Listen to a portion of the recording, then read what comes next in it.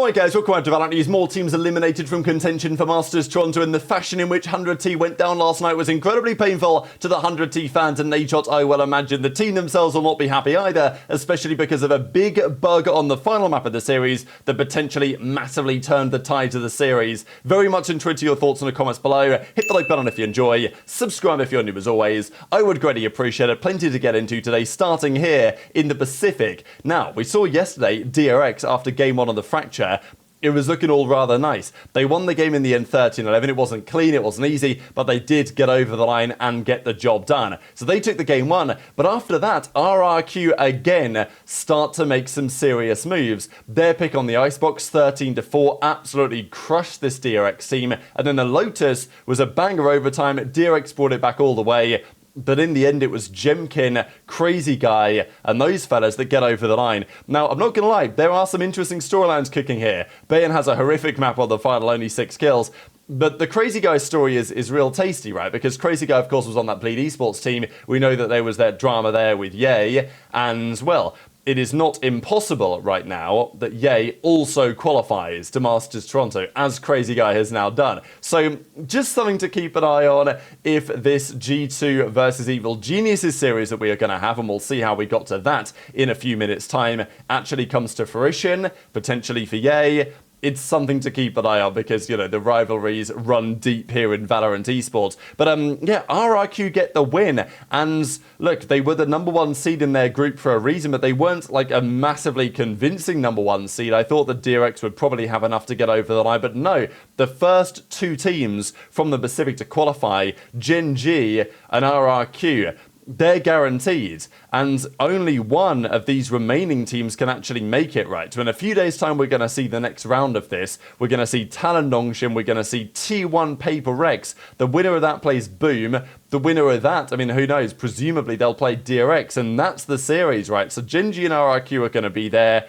You know, look, it's DRX, it's T1, it's Paper X, it's Boom, it's Talon. I mean, who knows, right? You know, maybe Nongshim can make the run as well. But of course, DRX will be not happy enough, but they beat T1 in the first round, so they'll feel like, okay, just beat this series and then get the win again, and that should be enough. But it's looking real chaotic in the Pacific here, and only 3 teams qualifying makes it such a massive challenge. But Gen.G are there. I know people are already talking about, well, Sentinels Gen.G, we're going to see it again. We shall see, I suppose. Now, Europe, EMEA, still a bit of a mess, and they still need to figure out when they're going to play their final games of the regular season to determine when the playoffs are going to get underway. But this was at least something positive for the fans who were attempting to attend and weren't able to do so, right? So those who went to go and then everything got cancelled and it was a disaster, especially those that flew to try and get to that Fnatic Heretics game from around the world, they received 2 free VCT EMEA tickets per person, a €300 Riot Games gift voucher. I mean, for many, this will be, I mean, okay, given you travel more than 200 kilometers to attend the event, right? So I don't think everyone got this, but, you know, depends. The dedicated fans that traveled a long way, they received something pretty special. And this was the big one. I mean, for many people, like, the other things are great, right? I mean, €300 gift voucher, not bad at all. But, look, Champions Paris Grand Finals ticket. That is a very sought after piece of kit. And, you know, not many people have been able to get hold of a ticket like that. So, yeah, we notice you're among a group of very dedicated fans who traveled a long way to attend the event, something that likely involved booking flights or trains, as well as arranging overnight accommodation. As an extra reward, we're offering you 1 ticket to the Champions Grand Final for every ticket you purchased for the event. So, you know, and then a Right Gun Buddy as well, Fist Bump limited edition. So pretty cool, right? And I think that, to be fair, given the disaster class that Riot Games put on, it's nice that they went to this effort to try and reward some of the fans, because they didn't necessarily have to. I mean, they probably should, but they didn't necessarily have to. So, like, it's nice to at least see that there's some positivity coming out of this whole thing. But, as Boaster says, once everything is fixed and improved, EMEA is going to be pretty chill again. We'll see about that. But yesterday, they come out with a thread here discussing what's happening, what's changed, what the timeline is. So, this is, if I just make it so it actually fits on the screen, their analysis on what they're going to do and when it's going to happen. So, the current action involves updating the PCs, internal writer playtest, pro player playtest, game server and PC interaction audit. So the PCs are apparently on the way. 2 shipments, one from the US, one from Europe, land in the next few hours, presumably by now, replacing stage PCs, validating we can deliver the performance and frame rate players expect from VCT EMEA.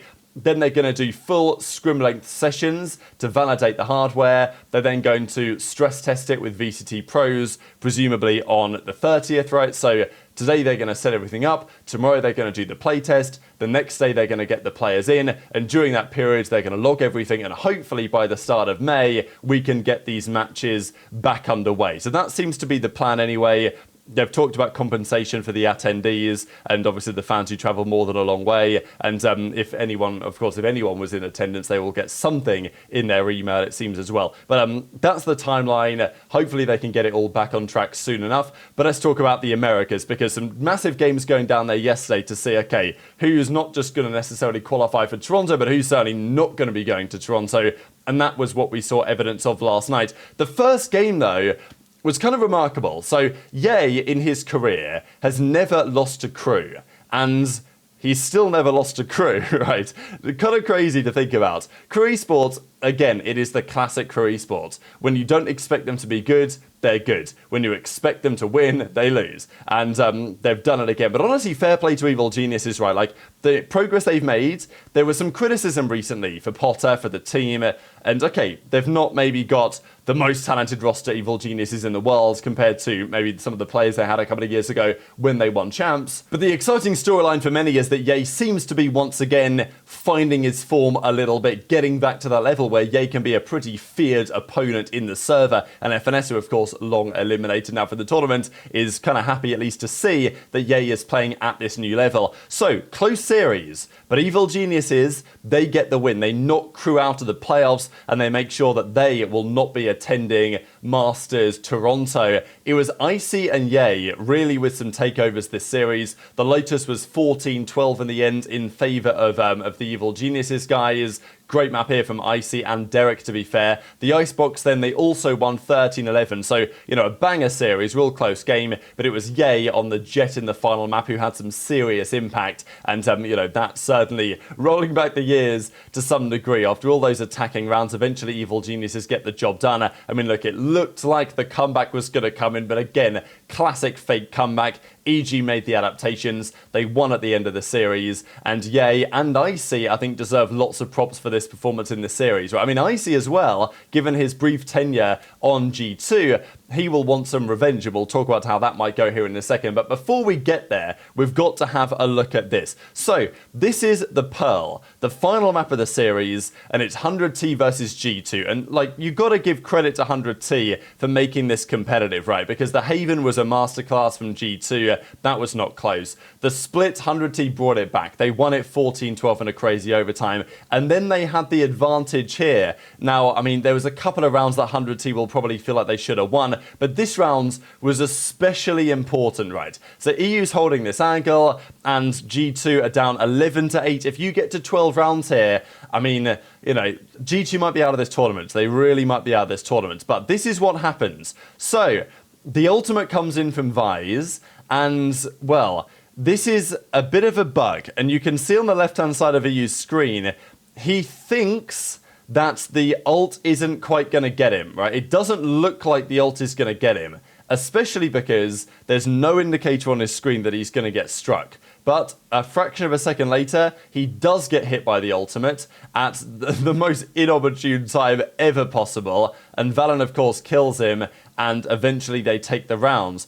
Now, this was a critical moment in the context of the series because, well, it's a bug in the game. Now, there is an argument to say, look, the pros should be aware of these bugs and they should adapt accordingly just to make sure, maybe if he was like, you know what, maybe I'm going to get hit by it, he could have swung out further to make sure he got the kill before he got struck, could have pulled his pistol out in preparation, right, couple of options. But usually, in this type of situation, you will get these yellow bars that indicate you're going to get hit, but the yellow bars were not here for EU in this moment, and, I mean, it was just the most horrific timing of all time. And just to keep in mind, this was not a spectator bug. This was from his POV, and in this moment, yes, also you cannot see any evidence that he's going to get done by this Vise ult.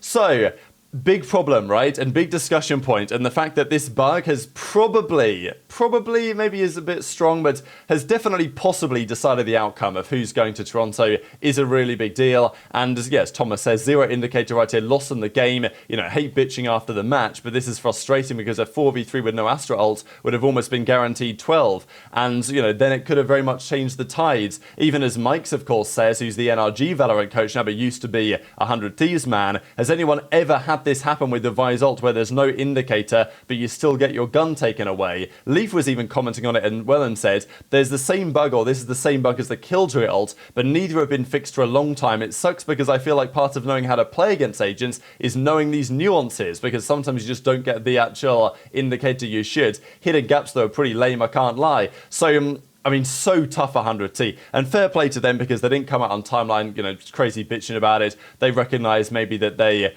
could have done better in the series. Of course, the Haven game 1 was a masterclass from G2. But after that, they won the split in a ridiculous overtime, right? 14-12, always a banger here. And then the Pearl was just, I mean, just so winnable, right? I mean, as I say, it was that rounds that if 100T had won that had got to 12, they may have closed out in regulation, even though they didn't. They went all the way down to the wire. And, you know, of course, Leaf was commenting on it as well from the perspective of being the player who eventually got the victory in that scenario. But yeah, G2, I mean, look, I wasn't expecting it to be this competitive, to be honest. I thought G2 would handle business, but the fact that it was a 16-14 overtime final map, gutting for 100T to fall short in this way, but, you know, that's how the cookie crumbles sometimes, and that's how the brackets sometimes end up. So as Boostio says, 1-2 versus G2, I'll be the one getting walked, right? Because obviously he did that meme at the start of the video with, you know, here it is again, time to take my dogs for a walk again and all this. And obviously Asna's going to be gutted about it, right? But 100T put up a better fight. I mean, again, I think it's going to be the classic 100T situation where maybe they should make a change. You know, maybe they're not good enough, but like they came so close here that they'll probably think, well, you know, we could have easily made it to Toronto, had something gone slightly differently, and it's still, you know, first stage of the season. They can still come back stronger. But the bottom line is G2, after losing to Sentinels, they've looked shakier for sure, but they are in the qualification match, and that qualification match will be against Evil Geniuses. So this is the way that the bracket presently looks. It's EG versus G2 in the lower side, and they've got several days now to prepare for this absolutely massive game. But look, G2 are going to be the big favourites, absolutely. But could Evil Geniuses, with days of prep, get the job done? I don't think you can count them out right now. So, interesting series to come. Very much into your thoughts in the comments. Hit the like button if you enjoyed. Subscribe if you're new. Take care. And I'll see you next time.